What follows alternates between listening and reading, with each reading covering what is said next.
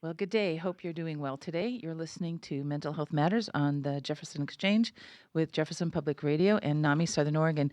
I'm Andra Hollenbeck with NAMI, the National Alliance on Mental Illness Southern Oregon. And when we talk about health, we can't discuss complete health without talking about our mental health. So on this program, we highlight mental health issues in our community and ways we can improve mental health for everyone. Today, we're discussing the Fighting Fires Together campaign around mental health issues and mental health resources for wildland forest fighters. We have with us Dylan Johnson, a Weyerhaeuser forester at Springfield, and Jeff Dill, founder and CEO of Firefighters Behavior Health Alliance. So, welcome to the program, and thank you both for joining us today. Thank you, Andra. I'm honored to be on this show. Great. Yeah, thank you for having us. You bet.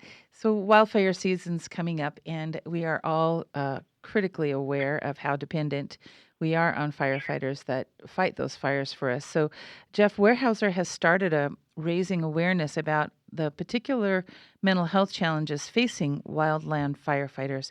How did you get involved with this work?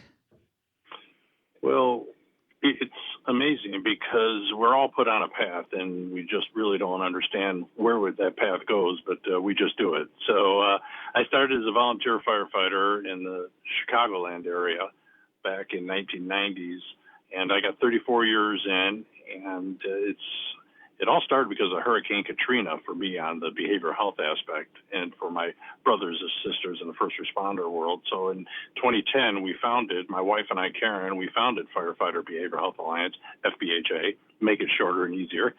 So we founded FBHA, and so we started really talking and discussing about PTS, suicide, depression, anxiety. But more than that, we started to track and validate firefighter and EMS suicides. Okay. And so this was probably something that these issues were probably something that maybe were already there, or is this something that you were noticing an increase with? No, they were already there. There's no doubt about it, but we just never talked about it. Mm-hmm, so sure. in 2010, when we started talking about it, we actually got beat up. We got a lot of emails saying PTS is a military issue, right. Suicides, you're making up the numbers, and it's what I call cultural brainwashing.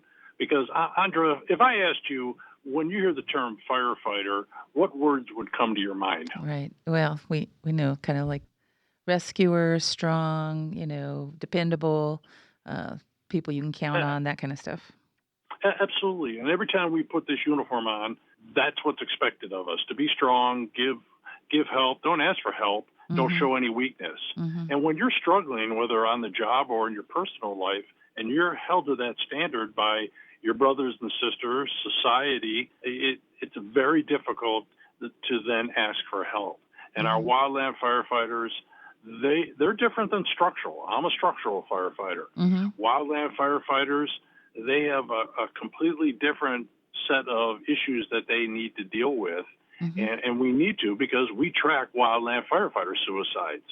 And so those numbers they're scary out there. Right. A lot of people know about the military, they know about police, but they don't know about fire and EMS. The amount of our brothers, right, Dylan? Our brothers and sisters that are taking their lives, and that is scary. So when Weyerhaeuser said, "Hey, let's do this Fighting Fires Together program," I was on board. And of course, we all sort of imagine just the strenuousness, the incredibly demanding, stressful job, both physically and mentally, I can imagine that firefighters have to face. But what are those particular challenges? What is there about wildland firefighting that is particularly, problematic or can cause such a stress? What is it about that job?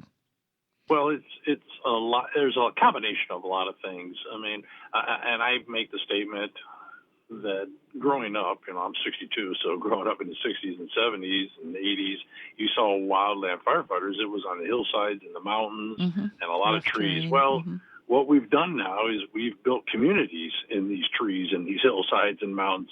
So now not only do they have the tremendous job of trying to stop wildland fires, and when you get a wind going through, as Dylan can, I'm sure, attest, they'll fly 100 yards in a second. And so it gets caught in it. But now those wildland brothers and sisters, they're now fighting fires in people's homes, and they're seeing people in the communities die, and that adds that much stress. Right. So you start thinking about the post-traumatic stress. You start thinking about the relationship issues, the addictions, the anxiety, the stress. It all plays a part. And then the big difference, like I said, between structural and wildland is they go home. And then they're off for a season, and that's tough. You're dealing with all that intense work, and now all of a sudden, now you don't have a job. You have financing issues coming in. You have relationships because they were gone for so long. And this one thing that we really started looking into this past year or so is called moral injury. And I'm a firm believer that first responders struggle with more of moral injury than post-traumatic stress. So it's absolutely imperative, and we're learning more and more as we really start to dig in and understand behavioral health on wildland firefighters. Right. Well, you are listening to Mental Health Matters on Jefferson Exchange. I'm Andra Hollenbeck of NAMI Southern Oregon, and we're speaking with Jeff Dill and Dylan Johnson. And so, Dylan, can you share with us some of your experiences, what your experiences as a firefighter were, and what particular challenges did you find? Well, Jeff listed out a whole lot of facts and issues that I have faced in my past. I think the most difficult part was just being a seasonal employee and knowing you had an end date once the fire season was over, and you're left jobless. You got to start looking for a job for the wintertime. Start already thinking about, are you going to have a spot next summer? Do you have to try to find a new crew? How are you going to pay the bills throughout the winter? It was very stressful, but also at the end of the season, it's a sigh of relief because you made it through a fire season. It's finally time to relax. It was a great job. I loved it, but also it took a toll on my body. Very strenuous work, 16 plus hours a day, toting a chainsaw up and down hills and running a chainsaw all day long can take a toll on your knees, back, hips, everything, you name it. And I suppose it can have an impact on kind of your mental health too, because then you're having to deal with all the repercussions of all of that work. And I imagine the disparity between the stress and the intensity of the work season and then being off is probably, and it sounds like some of the insecurity around that too is really difficult. Yes. The other aspect that brought a lot of stress was not having health insurance. As a temporary employee, I didn't have health insurance, and that lasted for the entire time I was fighting fires. Right. So if anything were to happen, you're also thinking, like, how am I going to pay for a medical bill if I have one? Right. I had asthma, so getting a rescue inhaler for while I was out there eating smoke all day and hiking up and down these hills, I paid out of pocket for it. Well, those are some things that could be addressed. So, we talk about in mental health field, we talk about stigma being a strong factor for people when a mental health concern arises, and it makes most of us resistant to seeking help or treatment. How does this show up in the firefighting field? I would say that everybody in the firefighting field, it's not spoken about at all. You could almost say there's a mentality of, like, the lack of a better phrase, like the macho mentality. We just get up and we do it. We don't talk about it. There's always been resources out there that were available. I'd never heard about it until I was approached about this campaign that we're talking about now. I had no idea. I've known people that I could have, said, hey, there's resources out there if you need someone to talk to. You're out there every day with your brothers and sisters. Like Jeff said, you become a family because you're spending every waking minute with them. So if you're comfortable and able to talk to somebody, you have somebody to talk to. But more times than not, we were just trying to make it through the season. And firefighting is becoming more critical, more common, and longer lasting. And it seems like there's almost need for some sort of support ongoing after a person is done with their service of their firefighting time. I would agree. And another thing that played to me, like, I don't want to get into it too deep, but we were never called firefighters in the federal level. We were forestry technicians. Our title was never a wildland firefighter. So that was also another thing that's something that needs to change, and I believe there is work being done on that. Jeff, you mentioned about how PTS is often associated with veterans or people who have gone to war, but what are factors that contribute to post-traumatic stress with firefighters? Well, it's just when we start really looking at and defining post-traumatic stress, it can be different for so many different people. Because say we have two firefighters and they respond to a child drowning. Mm-hmm. Well, the one firefighter is overwhelmed because he has a child that's the same age and maybe same gender. So he struggles and he imagines that's his child Mm-hmm. that is drowned. Whereas the other firefighter would say, "Oh, that's just awful. It's just a bad call." And then the next call they go to, it is someone that's dying of cancer and they need to go into hospice or into the hospital. And maybe then that firefighter is losing a father to cancer. So all of a sudden now he's overwhelmed and dramatic, where the other firefighters say, "Oh, it's very sad that he has cancer." Mm-hmm. So each call can be different and affect people in different ways.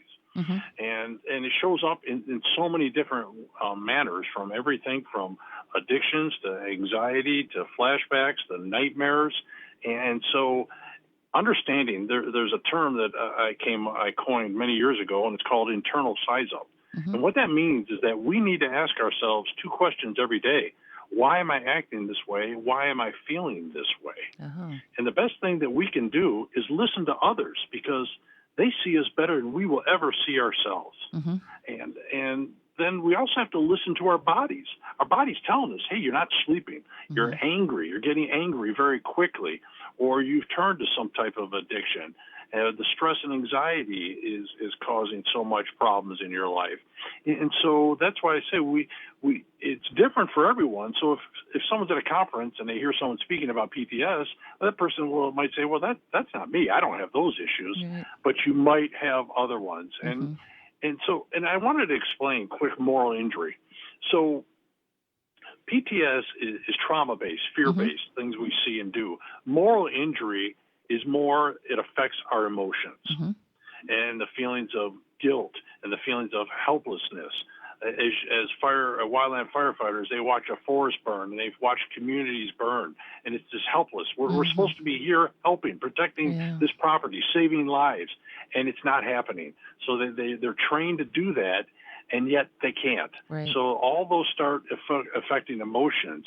And where we really found this takes place, and the reason why it takes place, is because out of the 2,036 fire and EMS and dispatcher suicides I have validated, and I've personally spoken to about 2,000 chief officers to validate the data, the number one known reason why my brothers and sisters are taking their lives is due to relationships, whether personal or work relationships.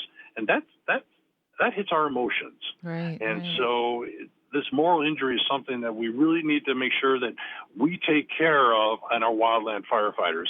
Because like Dylan said, they go home now. And now that feeling of, I've been betrayed. I have nothing to do. I don't have any job. I have no insurance. Mm-hmm. And that's one of the key aspects of moral injury, is betrayal. Either betrayal by management, others, or ourselves. Right. And so moral injury is something very difficult. Organizations really need to pay attention to it and understand, and providing those resources. And that's what Weyerhaeuser and FBHA has done. We're providing resources. Give us a call, go onto their website, and find those resources available to them. So thank you very much for your time today, Jeff and Dylan. We really appreciate you joining us on the program and sharing about the Fighting Fires Together campaign. I'm Andra Hollenbeck with NAMI Southern Oregon. Please find more information about NAMI Southern Oregon at our website, namisouthern.org, or email us at info@namisouthern.org. This is Mental Health Matters. Thanks for joining us. You can find this and other interviews at jeffexchange.org, or subscribe to this podcast at Apple, Spotify, or wherever you get your podcasts.